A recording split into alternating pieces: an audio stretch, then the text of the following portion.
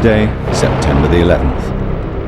Out of an early autumn sky, two jets launch a deadly attack on a potent symbol of democracy and freedom in a nation's capital.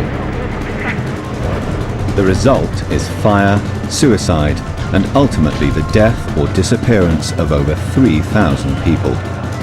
Shockwaves are felt around the world.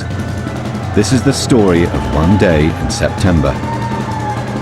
This is the other 9/11.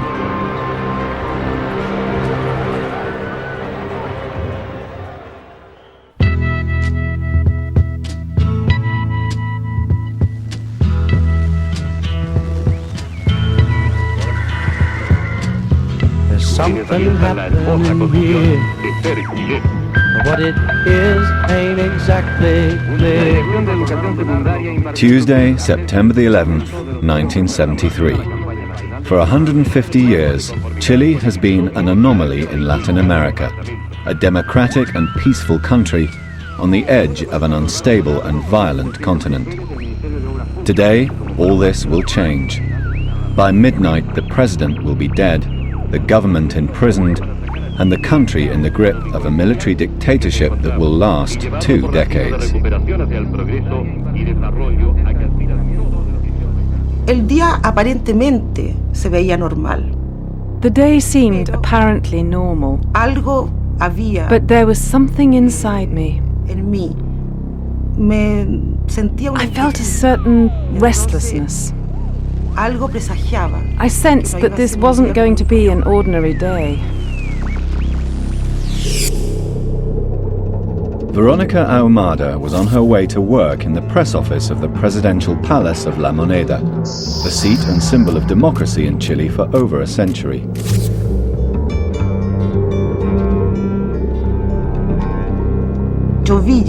I could see that La Moneda was a bit cold. The lights were still off and people were only just starting to come in. And this must have been about 6:15, 6:30, which is when I usually arrived. Veronica heard rumors of unrest at the nearby naval port of Valparaiso. I contacted the president's home and they told me that he had already left for the palace.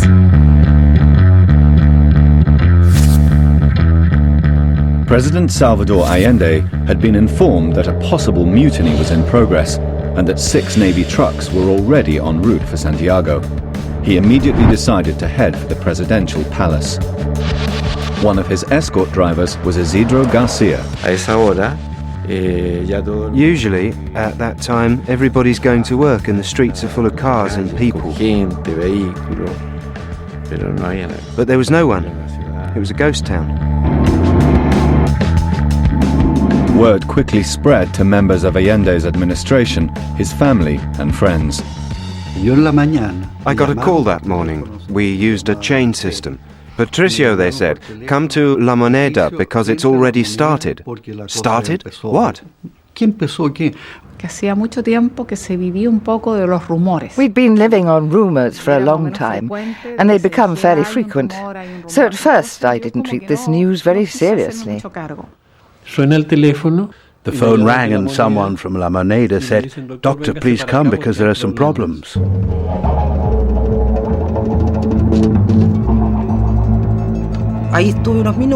I waited for a few minutes for the president to arrive. He started coming up the marble staircase and we met. He greeted me with a kiss, as usual, and then went directly to his office. Suspecting that the mutiny might be the beginning of a wider military uprising against his government, President Allende made a broadcast to the people of Santiago. Hago presente mi decisión irrevocable de seguir defendiendo a Chile en su prestigio, en su tradición, en su norma jurídica, en su constitución. Señalo mi voluntad de resistir con lo que sea, a costa de mi vida.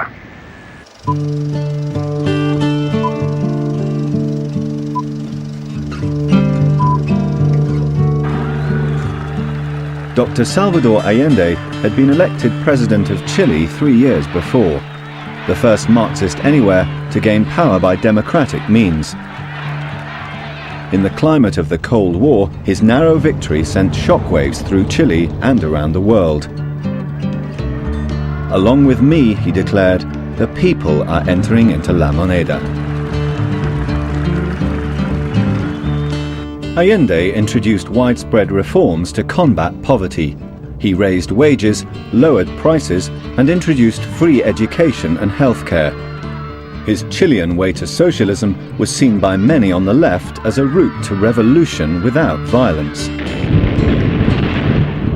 The new president also nationalized banks and industries, including the huge American-owned copper mines. As a result, right-wing parties refused to work with him, big business withdrew investment, and President Nixon swore to make Chile's economy scream. The country became increasingly polarized, with ordinary Chileans taking sides. Strikes and demonstrations became widespread, shortages were common, inflation spiraled out of control, and violence came to the streets. Some even talked of the possibility of civil war.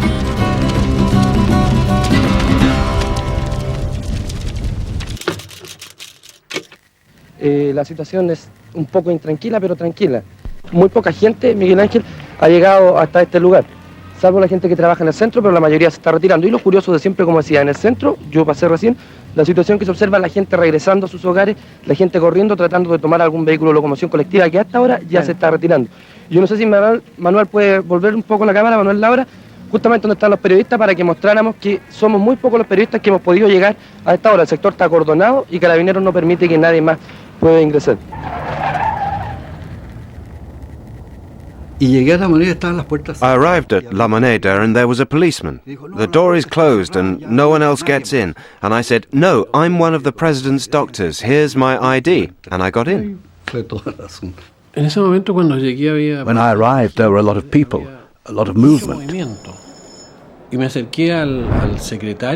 And I went up to the president's secretary and I asked him, tell me what's happening? Why have we been called?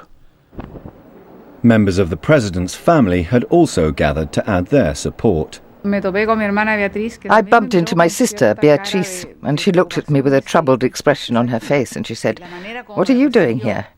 And it was clear from the way that she said it that she wasn't happy that I was there.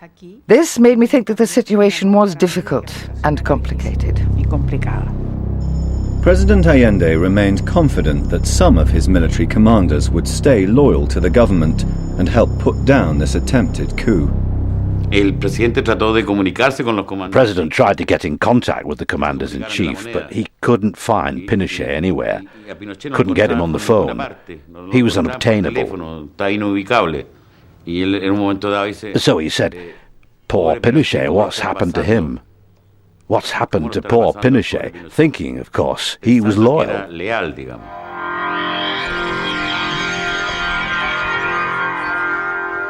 A partir de este momento, damos paso a una red provincial y nacional de radiodifusión de las Fuerzas Armadas.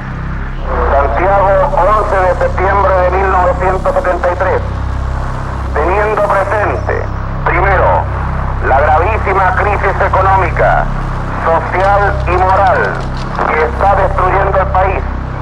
Segundo, la incapacidad del gobierno para adoptar las medidas que permitan detener el proceso y desarrollo del caos.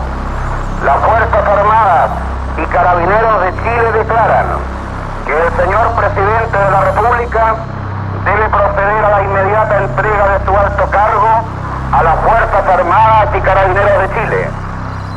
Firmado Augusto Pinochet Ugarte, general de ejército, comandante en jefe del ejército. ¡Buenos días!